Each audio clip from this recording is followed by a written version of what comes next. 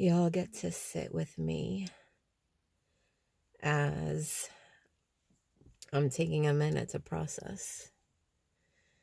I just got back from a walk up and down the road. I was planning to go on my own just because I needed a walk. Like, I could tell I was stuck with some energy and like being in my head. So I'm like, okay, I need to move the blood. I need to get my heart rate going in order to get things moving. And so when I came downstairs to get ready for my walk, there was actually a situation that happened while I was gone. I was taking a shower previously, and so that walk turned into a walk with my daughter. And so just for like a quick pause, I'm gonna come back around to it. 111. Um, I have been struggling with being reactive lately. Very, very much so. And, of course, it's such a common thing that can happen, especially when you find yourself in certain predicaments, living situations, sleep deprivation, being a mother.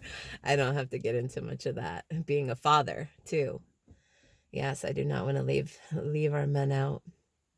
But anywho, back on track.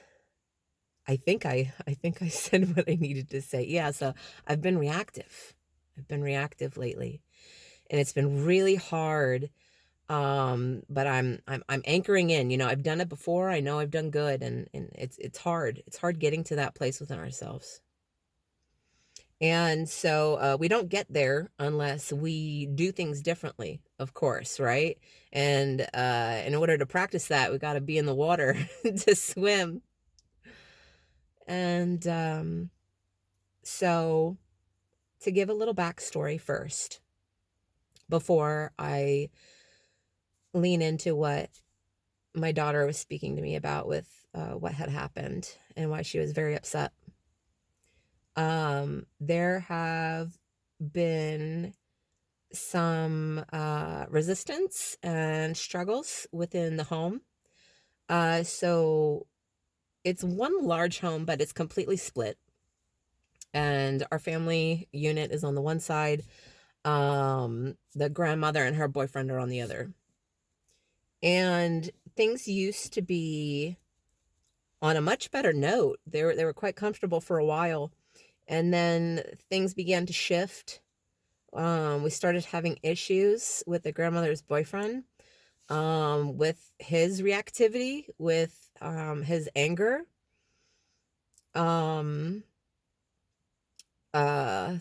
nasty things getting said about me, getting questioned about my personal mail. Some major lines, 333, major lines were crossed with general respect. Him getting short with my own children, and getting like butthurt if if my oldest wasn't sitting to eat the meal he worked so hard to make. We've I won't get in too deep about it, but that's a bit of the backstory, just a bit. That's not all of it, but recently. And so yeah, everything came to a point where I was getting really bothered. My mental health was getting really bothered, to the point where whenever we knew he was coming on the weekends or every other weekend, we began to tense up. It was like walking on eggshells. We didn't know what he was going to say, which version of him we were going to get. And so finally, I want to say maybe a month or more ago, I put up these boundaries, because things were not talked about or confronted. It's another cycle of being passive and sweeping things under the rug with them. And so finally, I just put up those boundaries where I remove myself completely. I'm not involved in any further contact, or little get-togethers that we were constantly doing, because it was really bringing a sense of unsafety to our home, and um not even, not being able to feel safe in our home, in our own home, and walking on those eggshells. So yes, fast forward now a little bit. It's Easter. Things still have not been talked about. There was some dinner made, and I am not taking part. I did not take part. Um, that is my personal choice. I was not confronted about it. Nothing was said. I'm just choosing not to go. I'm choosing not to engage. I'm choosing not to engage with the energies that are so determined on misunderstanding me, on disrespecting me and my children. Um, but this is where it's hard and where we need to remain detached, because my daughter is learning that same lesson. She So the incident that happened and why she was talking to me, and we went on this walk together, was that she was sharing with him, and the fact that she was excited that she might be homeschooled soon, because we have talked about changing up our options with the way that we're doing schooling and the way that we're experiencing the school system where we currently live. And so when she expressed to him this excitement about possibly being homeschooled, he started getting very nasty with her and said, well, who's going to do that? And she's like, well, my mom, of course. And he said to her, she's not qualified at all. She's not qualified to do that. She can't do that. And gosh, she expressed how hurt and angry she was in her eyes, that he said this about me. And I feel bad for her. And we talked about a lot, and reminding her again that we've had this talk quite a few times together. And what does she think that she needs to do? What is she going to do with people and at school if every time you keep trying to get close to them, it ends up hurting you? And we talked about how when those things happen, if we choose to not stand up for ourselves or say no and put up boundaries and love from a distance, that's how we start abandoning ourselves. Our little girls or boys inside, they learn that we are not standing up for them.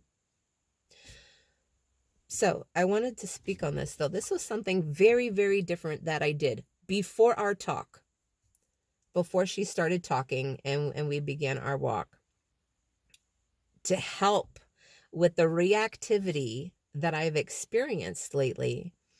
I led us into prayer before our talk, and I absolutely love and thanking Spirit for leading me into doing this. And because I know that as humans, and when we're in our own dirty details, it can be hard. It can be hard to stay detached, and we oftentimes, with all the things that need us in life, we don't have that space, right? To fully hold, what someone may be bringing to the table to talk about. And so in that moment before we started talking, I opened up this energetic circle and I called in the Holy Spirit and our angels and ancestors, our guides, and the earth spirits, and I asked them for their support in opening up my ears ringing. I opened up that circle for support, and I told Spirit, the things that we're about to talk about, we lay them at your feet. And it was just a beautiful prayer of calling in that support and opening up this whole energetic circle to where it was more than just me and her. More than just me and her. and to hold that space, because I know that with my human limitations, 1010, I am not enough sometimes. I cannot be enough. Even with trying to make myself as much of a priority, so that I can hold the space, oftentimes I still cannot. At those particular moments when so much is happening at once, and this person needs me, and this needs me, and I need me. It's hard. And so it was just such a beautiful thing to open up that space. And then at the end of our discussion, I asked, what, if there was anything else for her, and at that time then is when we ended with another prayer. Um Thanking and showing gratitude for the experiences that were led through, the lessons we're meant to learn. And yeah, just being so thankful for that support, and reaffirming again that as we speak this, we lay this at your feet, Spirit. We lay it at your feet. And gosh, to go through this experience and this talk with her, and even some nonsense of some older man that wants to talk shit on me. Like, uh the lightness that I can carry, and to provide that safe and detached space. And it's done because of me, it's done because of the Holy Spirit and the support that I called in. And we have that as an option to help us to deal with situations in life that are simply hard and yucky and complex to deal with, right? They're sticky. It's like molasses. And I feel like 1212 on the timer. So many of us right now are going through like this almost molasses type of energy. And we have to be careful not to push too much. 1212 or 1222. 1212 wanted to hop back in there. But yeah, so I wanted to share that, and to share this experience, and how important and freeing it is to be in a place where, at least, maybe I'm not all the way there, but I'm obviously experiencing it by taking the steps of action. And the more that we do this, right, we're going to get better and better and better, and it's going to become a consistent habit. But yeah, to come to a place where, it's like, I don't even need to say anything. And to also encourage my daughter that she doesn't need to say anything, because when we over explain and we try to get people to see like how they're acting and how they're making us feel, that just empties us more. It does. It does. Like, people either get you and they respect you from the beginning, or they do not. And we need to learn to walk away when we see that. We need to learn to put up those boundaries for now, when we're aware of that and we see that. Anyways, I won't drag this on any longer. This is a longer video, but I want to thank anyone who follows along with this.